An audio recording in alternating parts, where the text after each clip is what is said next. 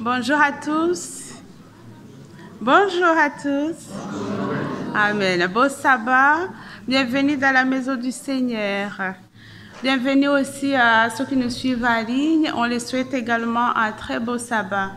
Pour commencer notre premier cantique, je vais lire le premier verset, premier paragraphe qui nous dit « Je laisse à tes pieds mes fardeaux. Devant toi, Seigneur, je dépose tous mes soucis. Et chaque fois que je ne sais pas me diriger, j'abandonne à tes pieds tous mes fardeaux. » Je vous invite à abandonner tous vos fardeaux devant le Seigneur, aux pieds de notre Sauveur. Je vous invite à vous mettre debout pour commencer, s'il vous plaît. Avec le numéro 426.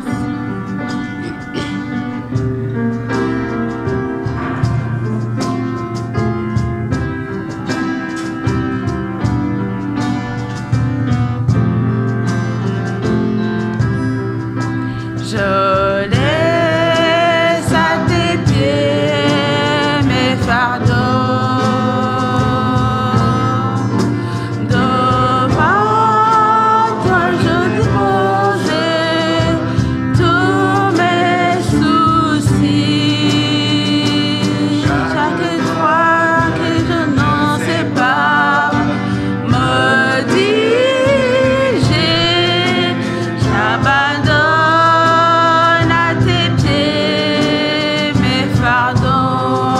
une fois. Je laisse à tes pieds mes fardeaux. Devant toi je dépose tous mes soucis. Chaque fois que je ne sais pas me diriger, j'abandonne à tes pieds mes fardeaux. J'abandonne à tes pieds mes fardeaux. Amen. On continue. On va d'abord prier et puis on continue après. Oui, merci Seigneur, nous venons ici pour déposer nos fardeaux devant toi. Après une semaine de labeur et de travail, après cette mauvaise nouvelle que nous avons eue de la perte de notre sœur Tabea, nous venons ici pour être consolés et pour être encouragés par toi. Et nous voulons prier pour le prédicateur du jour, Giuseppe, qui va nous parler de ta part. Nous voulons que tu puisses l'aider et le bénir, et qu'à la fin nous puissions tous être édifiés. Bénis Seigneur ceux qui ne sont pas ici à cause de difficultés de ce monde, des personnes âgées qui ne peuvent pas venir ici, des malades qui sont dans les hôpitaux, des réfugiés de toutes parts. Que Seigneur tu puisses par ta main puissante les protéger. Nous voulons nous mettre entre tes mains lors de ce programme, que tu sois avec nous, au nom de Jésus. Amen. Amen. Vous pouvez garder cette position. On va continuer notre moment de louange avec le 521, auprès de Jésus ou auprès de Dieu.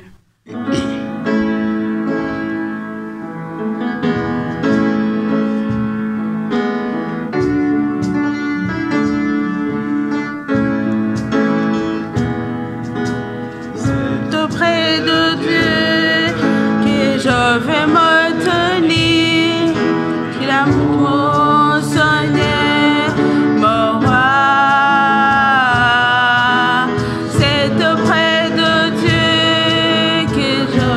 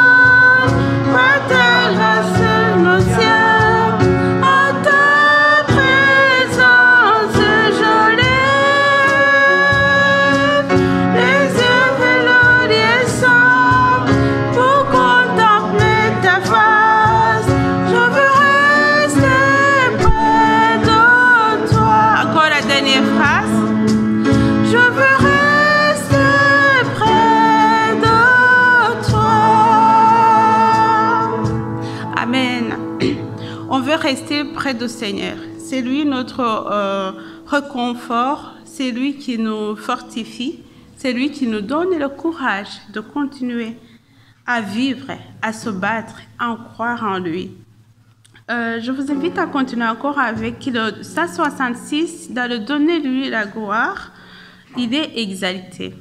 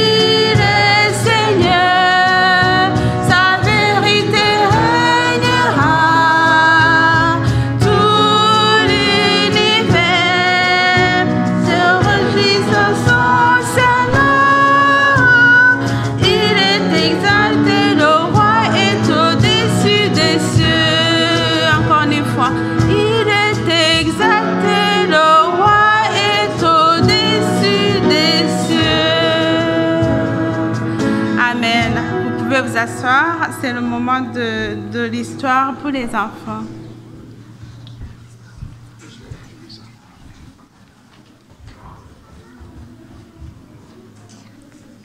Merci pour l'histoire pour les enfants.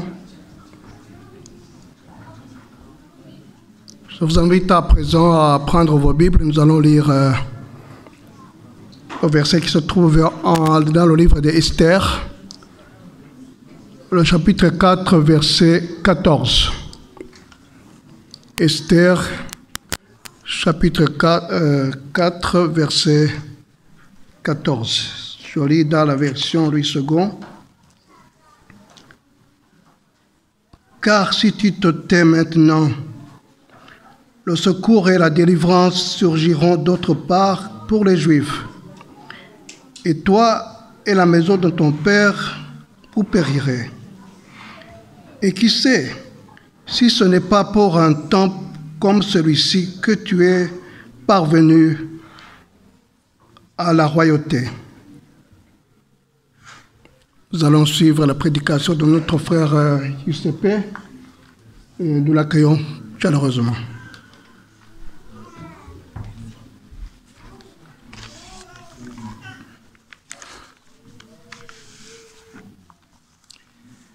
Bon sabbat.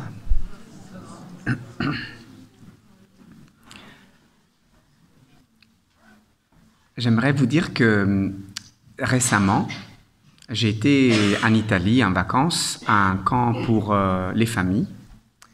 C'était organisé par l'Église en Italie dans un centre qui est né pour la jeunesse, qui s'appelle Casuccia Visani, et où j'ai passé toutes mes étés depuis mes 5 ans jusqu'à mes 15 ans, donc une dizaine d'années.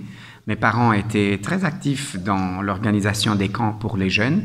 Et je me souviens que c'était magnifique de pouvoir profiter de tout ce temps et de tout cet espace dans la nature quand on était très petit.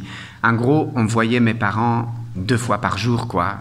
Tout le reste de la journée, on le passait en train de jouer, de grimper sur les arbres. Ça, c'était les 2-3 premières années. Après, j'ai commencé à faire mes camps. On avait moins de liberté, mais c'était quand même chouette.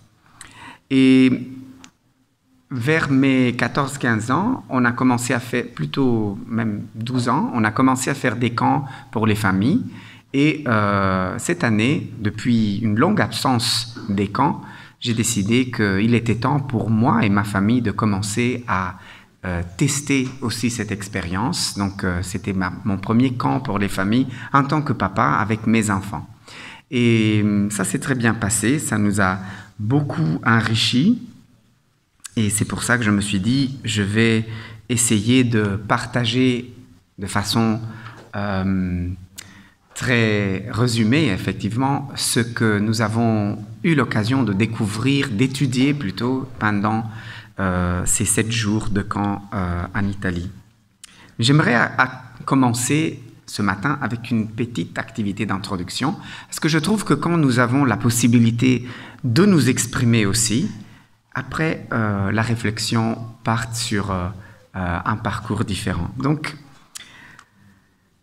je vous donne ces 4 situations et j'aimerais vous demander qu'est-ce que vous feriez dans cette situation. Et si c'était vous qui étiez devant ces situations. Nous avons fait un exercice similaire avec les jeunes ce matin à l'école du sabbat. Je vous le repropose ce matin, mais avec des situations différentes. Alors, première situation. Tu es témoin d'une injustice au travail. Première situation. On se moque de ta foi à l'université. Troisième situation. Un ami traverse une crise et Dieu te pousse à parler. Quatrième situation. Tu sais quelque chose qui pourrait sauver une vie. Voilà 4 scénarios. Témoin d'une injustice au travail. On se moque de ta foi à l'université, un ami traverse une crise et tu as des connaissances qui pourraient sauver une vie. Qu'est-ce que vous feriez dans ces situations? Et si c'était vous? C'était la question que je vous ai posée. Que feriez-vous? C'est exactement cette question-là que Mardoché pose à Esther. Nelson a lu le verset d'introduction qui se trouve dans le chapitre 4 d'Esther. Et qui sait, si ce n'est pas pour un temps comme celui-ci, que tu es devenue reine, que tu es parvenue à la royauté. Et si Dieu nous avait placés ici et maintenant pour qu'on fasse la différence. Vous l'auriez peut-être déjà bien compris, le thème de ce camp auquel j'ai pu participer, c'était justement le livre d'Esther. Un livre très intéressant, un livre qui a été décrit par certains, un livre un peu mystérieux, parce que selon certains étudiants de la Bible, il paraît que c'est un livre qu'on a eu un peu un doute s'y mettre ou pas dans le canon à un moment donné, mais finalement on s'est dit oui, il respecte tous les paramètres de l'Ancien Testament, donc c'est un livre à considérer dans la Bible, dans l'Ancien Testament à part entière. Et les personnes qui ont présenté, la personne qui a présenté ce livre a essayé de le faire avec une perspective différente. C'est entre autres le fils pour ceux qui ont connu, de l'ancien pasteur de des églises roumaines de Bruxelles, le pasteur Lascu, qui est maintenant pasteur en Italie, et qui a été un peu partout dans le monde, au Brésil, en Argentine, même en Israël. Et c'était très intéressant d'entendre de sa voix une lecture, une analyse parfois un peu différente que ce qu'on fait du livre d'Esther. Mais moi, évidemment, je ne vais pas vous proposer ce qu'il nous a proposé. J'essayerai de vous présenter plutôt ce que moi j'ai reçu pendant ce camp par rapport aux enseignements qu'on peut tirer de ce livre, qui est très petit, c'est 10 chapitres, mais ils ne sont pas très très longs, et qu'on arrive à lire même dans une après-midi sans problème. Pourquoi je me suis dit, ça me ferait plaisir de partager ça avec les frères et sœurs, parce que tout le long de ce camp, les grands comme les petits ont pu se pencher sur les personnages de ces livres et les expériences qu'ils ont vécues. Et il y a quelque chose qui a probablement touché mon fils Lucho, parce que, juste pour l'anecdote, on était en train de sortir avec la voiture pour aller prendre une glace au centre-ville avec toutes ces familles. Il y avait pas mal de familles avec des enfants dans l'âge de mes enfants. Donc c'est très, très sympa, très gai comme ça. On prend la voiture et ma voiture étant tout près du bungalow où on logeait, à un moment donné, a risqué de rester bloqué dans la boue. Donc, j'étais pas très préoccupé, mais j'ai exprimé à haute voix, là on est un peu bloqué, il faut que je fasse quelques manœuvres. Mon fils était un peu, pas inquiet, mais j'ai vu qu'il me posait des questions. Il disait, papa, ta voiture est bloquée, ça veut dire qu'on ne peut pas sortir, on ne pourra pas aller manger la glace. Non, t'inquiète, papa fait quelques manœuvres et on va sortir de là, t'inquiète. Et quand on est sorti et qu'on s'est mis sur la rue, tout de suite, Lucho a dit, t'as vu papa, Jésus t'a aidé.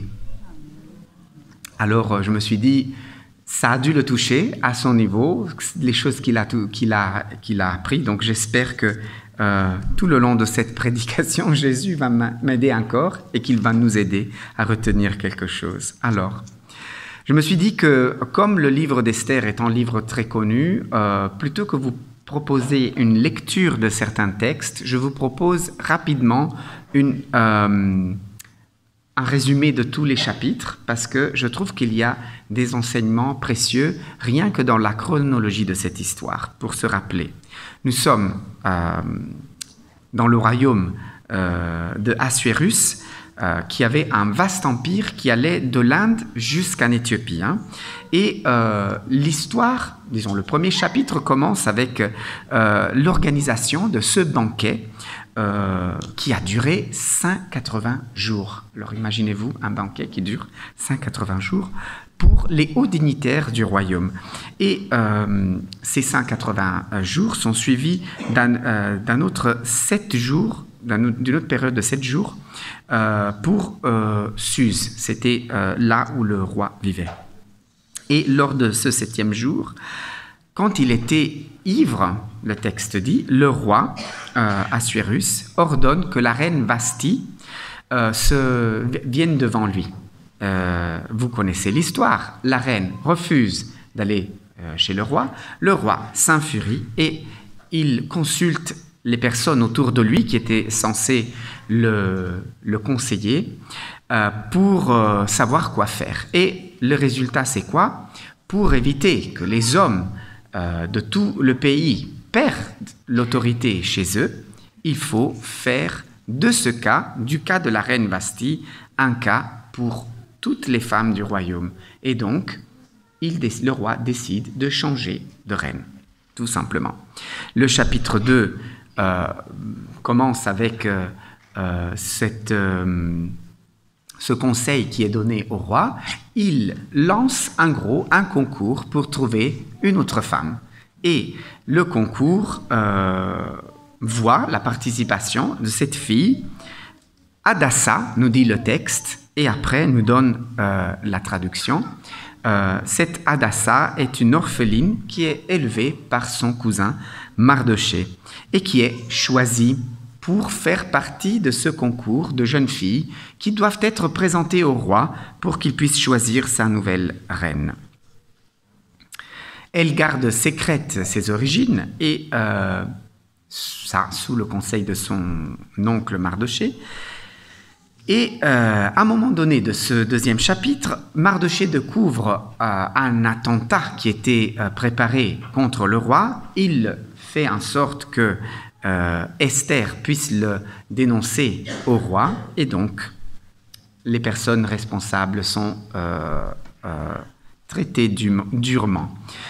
Au chapitre 3, nous voyons l'arrivée d'un nouveau personnage, Aman, le fils d'Amata, qui est promu premier dignitaire du roi.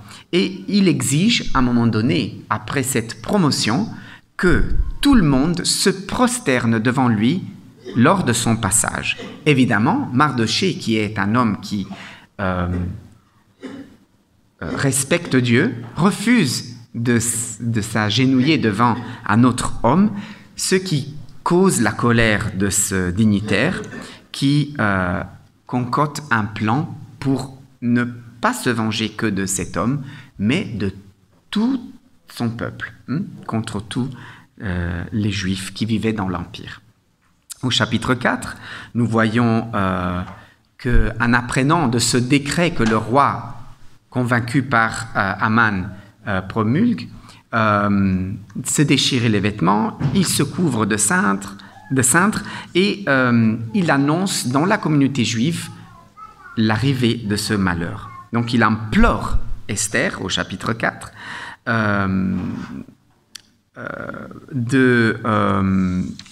intercéder auprès du roi, et cela malgré le risque de mort, parce que selon la coutume de l'époque, la reine ne pouvait pas, même pas la reine, ne pouvait pas se présenter spontanément devant le roi. Personne ne pouvait aller spontanément devant le roi. C'est-à-dire, on pouvait tenter sa chance, mais si le roi voulait recevoir les personnes qui allaient essayer d'avoir une audience non demandée, le roi tendait le sceptre, il le touchait, alors la personne pouvait parler. Autrement, la peine, c'était la mort.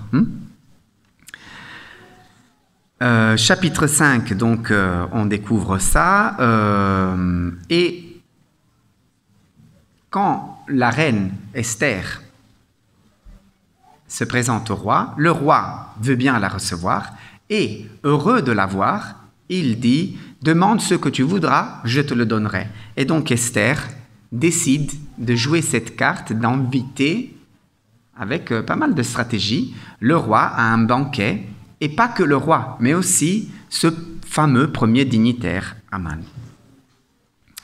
Aman se réjouit, il sort de cette histoire heureux, content, parce qu'il se dit, le roi et la reine me considèrent, je suis invité, même par la reine, à participer à ce banquet, mais il y a quand même une chose que je ne supporte pas, parce qu'en sortant du palais, il croise encore une fois Mardochée, qui refuse de s'agenouiller, et ça le démange. Il n'arrive pas à penser à autre chose que se de venger, que de se venger de Mardochée. Alors, il parle avec sa famille, avec ses proches, avec sa femme, qui lui conseille de ériger une potence qui devrait être utilisée pour peindre Mardochée. Cette nuit-là, il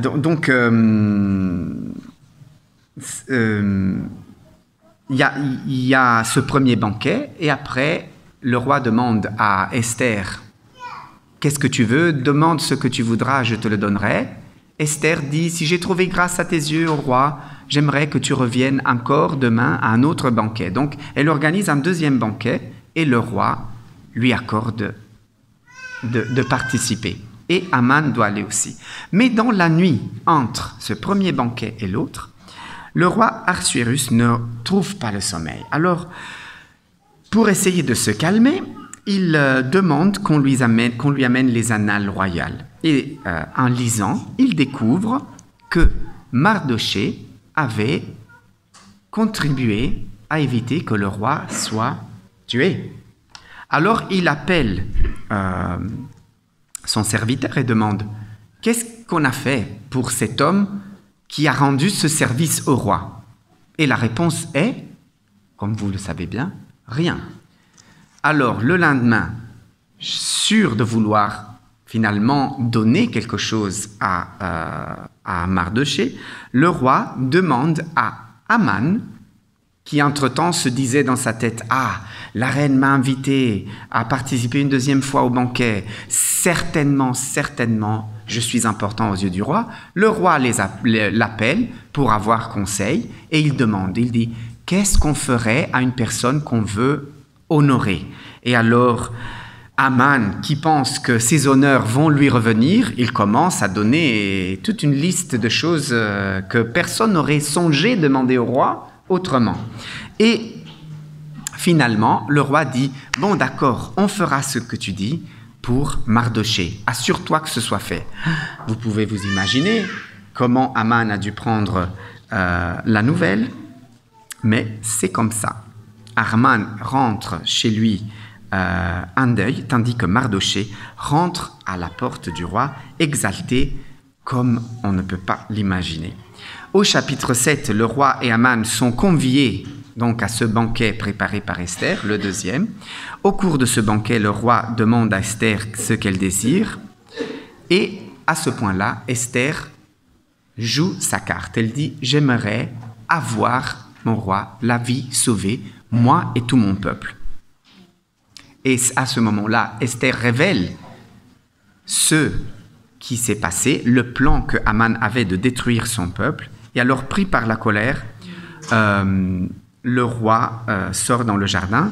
Aman reste pour en pleurer Esther, mais à son retour, le roi le voit étendu près d'elle. Et il s'exclame, il a même le courage d'essayer d'importuner la reine alors qu'il est encore dans ma maison, sous mon toit. Un des eunuques rentre dans la scène. Il rappelle au roi qu'il y avait eu une potence qui avait été construite destinée à Mardoché. Et alors le roi termine tous les jeux méchants de Aman en décrétant qu'il finisse à la place de Mardoché. Au chapitre 8, l'histoire continue. Le même jour, le roi donne à Esther la maison d'Aman et Mardoché se représente devant lui. Esther ayant révélé que Mardoché était son oncle. Le roi alors retire l'anneau à Aman et le remet à Mardoché, désigné comme responsable de la maison d'Aman. Esther supplie une nouvelle fois le roi de contrer les plans que Aman avait réussi à tisser contre le peuple juif. Et donc le roi donne à Esther et à Mardoché la tâche importante de rédiger des lettres pour résoudre le problème. Et ces lettres devront être scellées avec l'anneau du roi. Ça voulait dire à l'époque qu'on ne pouvait pas revenir à l'arrière. Donc ces lettres sortent. On décrète que le peuple peut se défendre de tous ceux qui essayeraient de les attaquer et de les tuer. Et il y a à la suite une fête, la fête du Purim, qui ressort en fait de comment l'histoire se termine. Hein. Donc il y a la réjouissance du peuple qui est racheté, qui n'a plus rien à craindre, et je vais passer sur les détails de l'histoire.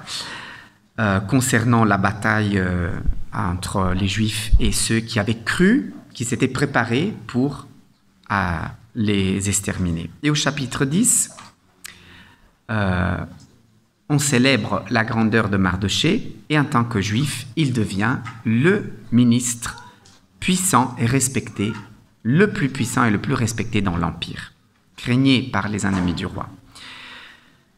Le cœur du roi lui appartient et sa renommée traverse toutes les provinces du royaume.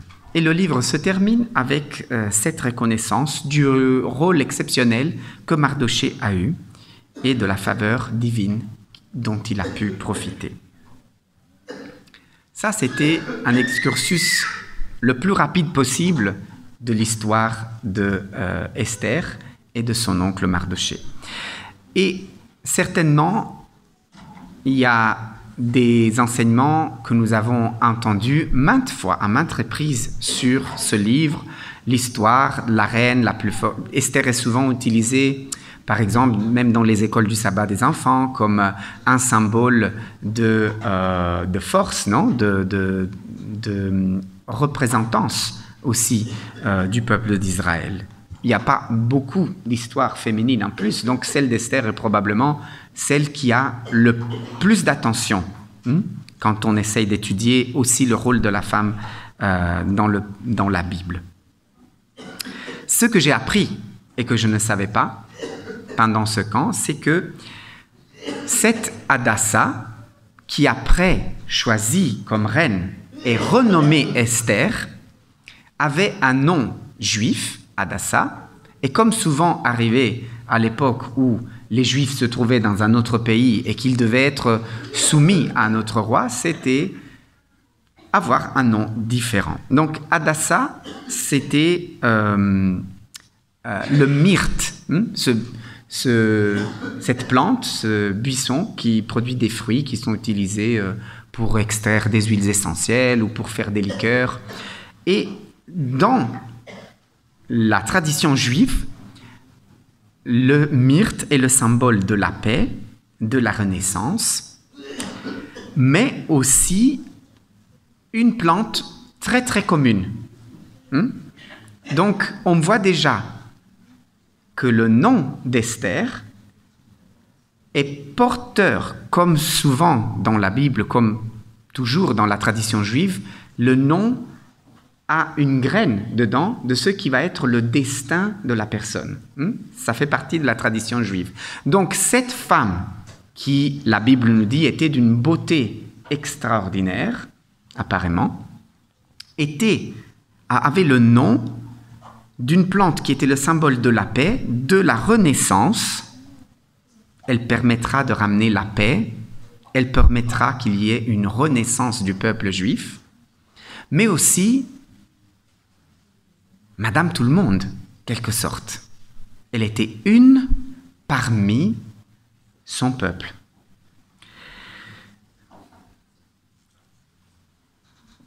Esther, par contre, un nom d'origine persane, signifiait étoile. Donc, elle était tellement belle qu'elle est renommée comme comme une étoile, étoile même.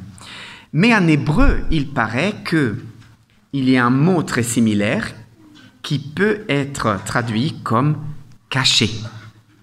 Donc, le nom qui est redonné à Esther, dans la langue culture du peuple dont elle est choisie, dans lequel elle est choisie pour être reine, veut dire étoile, mais en hébreu, ça veut dire caché.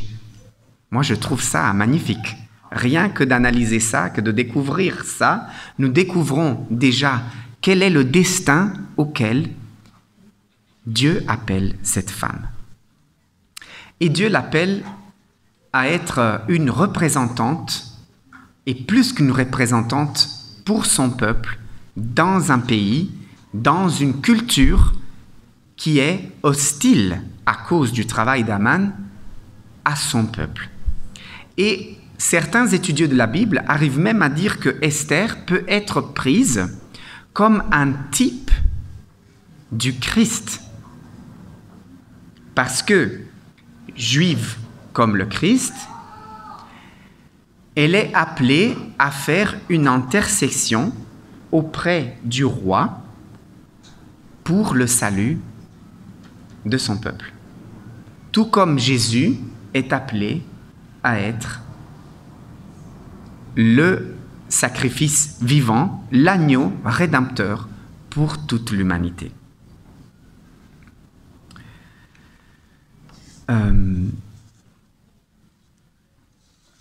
Esther représente aussi un exemple de résilience, parce que cette fille, elle est la fille d'une déportation, elle arrive dans un pays qui aurait pu lui être hostile de 36 000 façons différentes. Elle perd ses parents, elle est élevée par son oncle, la seule personne, selon le texte, au moins, selon ce qu'on découvre dans le texte, de sa famille qui lui reste.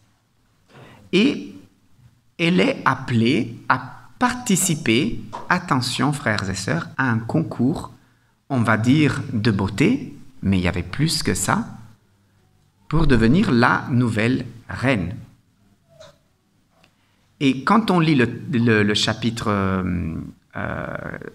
3, on découvre que Esther devait, comme toutes les filles qui participaient à cette sélection, se préparer pendant 6 mois avec des huiles, avec des traitements de beauté, et pendant encore 6 mois après avec un autre traitement. Et Donc il y a au total 12 mois de préparation pour que chacune de ces filles puisse être présentée dans sa meilleure version au roi, qui, attention, il ne faut pas se voiler la face ici, couchait avec les filles, les transformer dans ses concubines, et finalement, la concubine qu'il avait aimée le plus allait devenir la reine. Ça fait un peu clang avec l'idée peut-être qu'on a toujours eu d'Esther.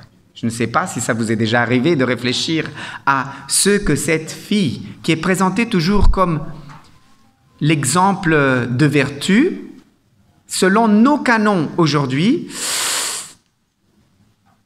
elle n'était pas la seule. Elle n'était pas la seule femme du roi. Alors on sait, même des rois du peuple d'Israël, comme Salomon, ont eu beaucoup de femmes et de concubines. Ça, on l'accepte un peu plus facilement. Mais quand c'est la femme qui fait partie du concubinage du roi, peut-être ça heurte la sensibilité de quelqu'un. Mais c'était ça. Elle était une des concubines du roi.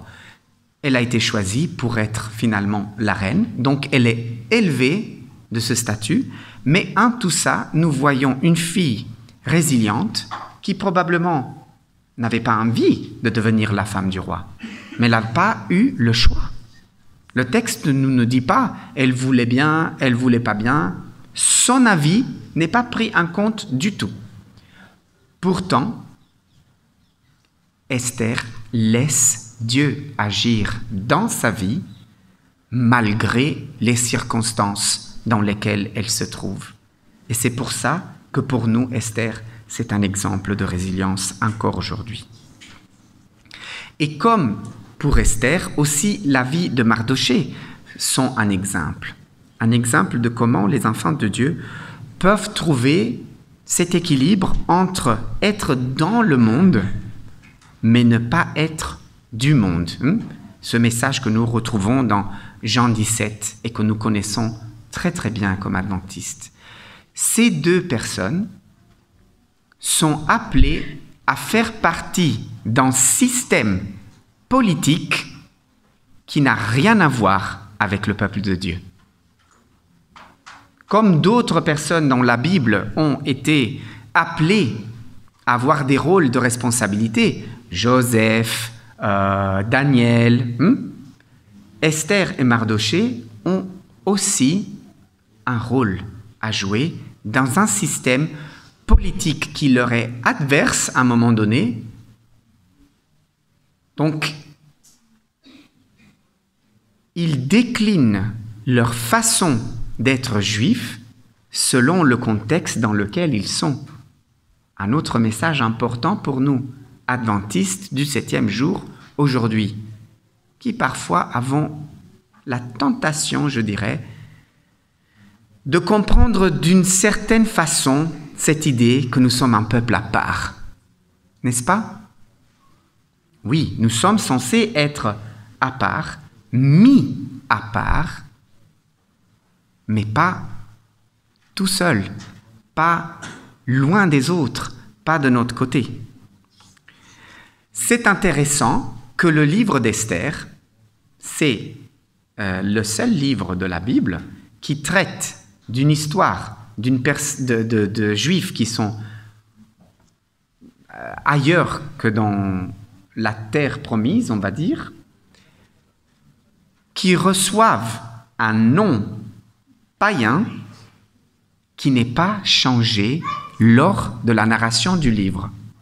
Parce que Esther vient du perse Ishtar et Mardochée vient de Marduk, même langue. Et Ishtar n'était pas n'importe qui. C'était une déesse mésopotamienne du panthéon akkadien. C'était la déesse dans le système religieux de ce pays dans lequel ils sont déportés, la plus importante, on va dire. Et Marduk, c'était le dieu qui avait gagné la guerre contre Tiamat, qui était la déesse du chaos et qui avait amené, selon toujours la tradition perse, l'ordre et la démocratie chez les dieux. Donc attention. Et ce qui est intéressant, que je ne savais pas non plus et que j'ai découvert, c'est que ces deux personnages, dans ce livre, sont appelés toujours avec ces deux prénoms qui restent inchangés. Différemment que les exemples de Ananias, Azarias et Misaël qu'on connaît très bien, qui sont appelés Shadrach, Abnego et Meshach, que dans le texte ont une légère modification de leur nom pour ne pas invoquer les dieux auxquels ils avaient été consacrés en leur mettant le nom. Vous vous rendez compte jusqu'à quel point cela veut dire que Esther et Mardoché étaient partie intégrante du système dans lequel ils se sont retrouvés. Moi, j'ai trouvé ça fabuleux, une grosse découverte.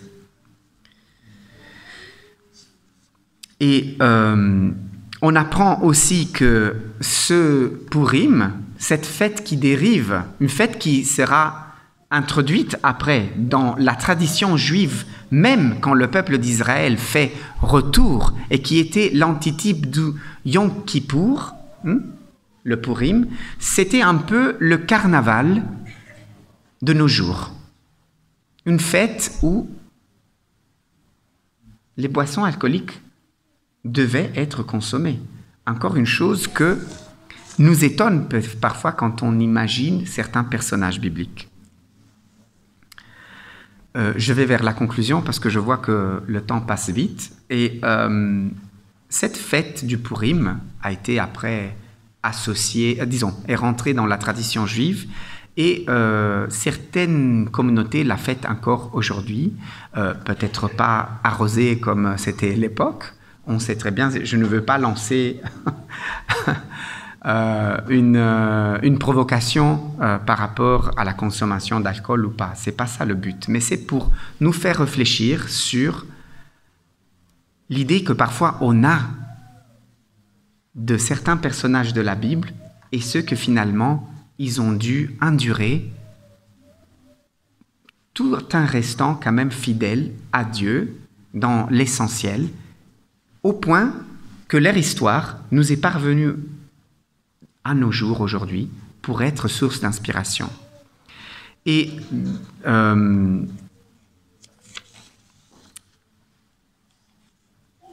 pour aller à la conclusion, je dirais qu'il y a 3 messages principaux que je ramène de cette lecture que nous avons eu l'occasion de faire du livre d'Esther. Et si à un moment donné, vous êtes intéressé par certaines des choses que vous avez entendues aujourd'hui, vous voulez approfondir, les lire vous-même, prenez le livre encore, lisez, allez chercher ce que ces 2 personnes, Esther et Mardoché, ont vécu dans leur vie là-bas. Certainement, moi je prends avec moi un premier message, que c'est l'inversion des destins par rapport à la justice de Dieu. Parce que quand on voit ce que on avait pensé contre Mardoché, ce que Haman avait pensé de faire à cet homme de Dieu, finalement c'est lui qui le vit. Donc parfois, face à certaines situations, on pourrait se sentir petit, délaissé, sans espoir, mais c'est Dieu qui tient les rênes de notre vie et il est capable de renverser complètement les situations dans lesquelles on se trouve.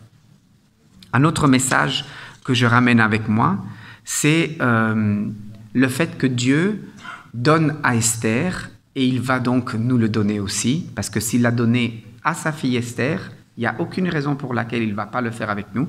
Il a donné à Esther le courage d'agir au moment décisif. Elle n'était pas tout enthousiaste quand Mardoché a été la voir. Parce que quand Mardoché lui dit « Ne pense pas que parce que tu es la reine, maintenant, tu vas l'échapper belle. Hein? Tu es juif comme nous, tôt ou tard, ce qui nous arrive va t'arriver aussi. Donc, elle trouve le courage, elle dit, tu sais très bien que si je me présente devant le roi sans être invitée, pour moi, c'est fini. Et ça fait 1 mois que le roi ne m'a pas appelé. Donc, ça voulait dire qu'elle ne parlait pas au roi depuis 1 mois. Elle était la reine. Donc, elle a couru quand même un grand risque. Esther incarne le courage, la foi et le sens du devoir face à un danger réel. Elle ne fuit pas ses responsabilités et même quand elles peuvent lui coûter la vie, elle se rend un instrument dans les mains de Dieu pour le salut de tout son peuple. Et le 3e message que je prends avec moi de ce livre, c'est que Dieu agit même quand il semble absent. Et il y a un autre truc que j'ai découvert pendant cette semaine et avec cette étude approfondie du livre d'Esther. C'est le seul livre de la Bible dans lequel le nom de Dieu n'est jamais mentionné. Le nom de Dieu n'est jamais mentionné une fois. C'est quand même pas rien. Esther, pourtant, devant ce silence apparent de la part de Dieu, reste ancrée dans sa foi. Elle fait confiance à Dieu. Elle se laisse guider. Dieu œuvre discrètement à travers les circonstances, parfois les décisions humaines et même les crises que nous sommes affrontés à vivre, les moments durs, les moments difficiles. Quand Dieu paraît disparaître, quand Dieu paraît s'effacer, disons-nous, tout comme on a déjà vu ces images devant les yeux à maintes reprises. Beaucoup de prédicateurs l'évoquent, je ne serai pas le dernier à vous le rappeler. Ce poème d'un anonyme brésilien qui raconte cette histoire d'un homme qui marchait avec Dieu et il y avait les empreintes sur le sable et quand il se retourne, il voit qu'à un moment donné, il n'y a qu'un seul paire d'empreintes. Et il dit, Seigneur, pourquoi là, tu m'as laissé seul? Pourquoi tu n'as pas marché avec moi? Et Dieu lui répond, ça, c'est pas tes empreintes, mon ami, ça, c'est les miennes. Et c'est que les miennes que tu vois parce que je te tenais quand tu étais en train de traverser le moment le plus difficile de ta vie. Je ne sais pas si c'est maintenant le moment plus difficile de votre vie. Peut-être ce n'est pas le plus difficile, peut-être c'est l'un des plus difficiles. Nous avons tous perdu quelque chose cette semaine avec la nouvelle de notre sœur Tabéa qui nous a laissés. Alors peut-être c'est l'un des moments les plus difficiles pour vous. Mais quoi qu'il en soit, souvenez-vous que Dieu est là, même s'il paraît qu'il est absent. Dieu est avec nous. Que nous puissions continuer à lui faire confiance tous les jours de notre vie. Amen.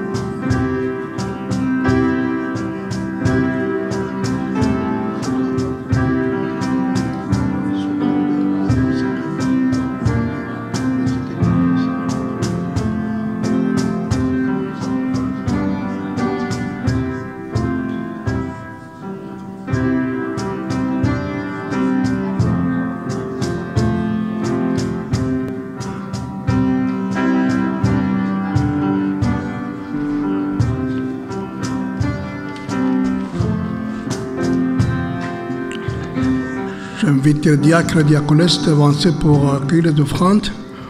Aujourd'hui, nous offrons pour le fond de l'Église. Merci.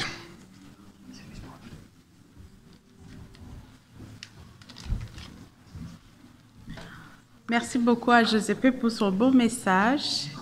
Esther a laissé Dieu agir dans sa vie. Elle a laissé Dieu l'utiliser pour sauver son peuple. Est-ce que nous, on laissera Dieu aussi nous utiliser? C'est la bonne question que chaque personne peut se poser et se donner la réponse de laisser le Seigneur nous utiliser pour sauver la vie, notre vie et celle des autres.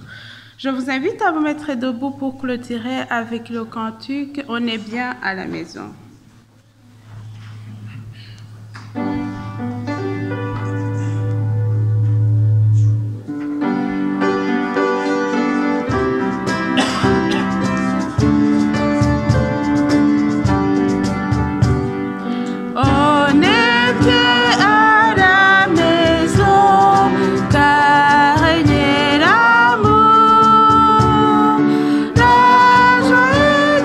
Chaque son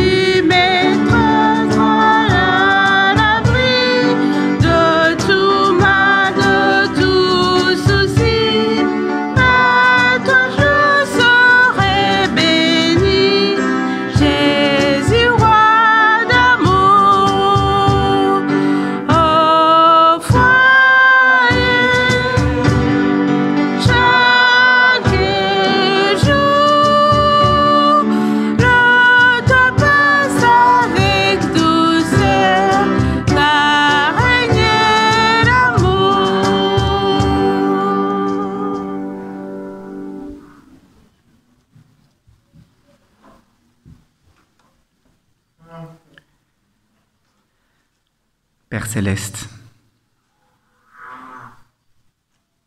nous savons que, tout comme nous avons chanté, quand notre foyer est joyeux, tu souris, tu es joyeux avec nous. Nous savons aussi, Seigneur, que quand nous sommes tristes, tu es triste aussi, Seigneur. Tu vois nos joies comme nos douleurs. Tu vois nos malheurs, Seigneur, comme nos remerciements. Et tu connais, Seigneur, l'état du cœur de chacun et de chacune de nous ici présents ce matin. Ce foyer qui est l'Église, Seigneur, pourra être triste en ce moment parce que l'un des chers membres de notre famille a fermé les yeux. Mais nous savons, Seigneur, que ce n'est que temporaire et que bientôt nous aurons la joie, quand tu reviendras, de nous retrouver tous ensemble. Alors, Seigneur, qu'est-ce qu'on chantera ce cantique à nouveau avec une joie inouïe. Merci, Seigneur, de mettre cette certitude dans nos cœurs aujourd'hui. C'est notre prière au nom de Jésus. Amen. Que la grâce et la paix du Seigneur soient déposées sur vous, sur vos cœurs, et la lumière vienne éclairer vos vies par le nom de Jésus-Christ. On termine par cette belle prière, le 6 à 59.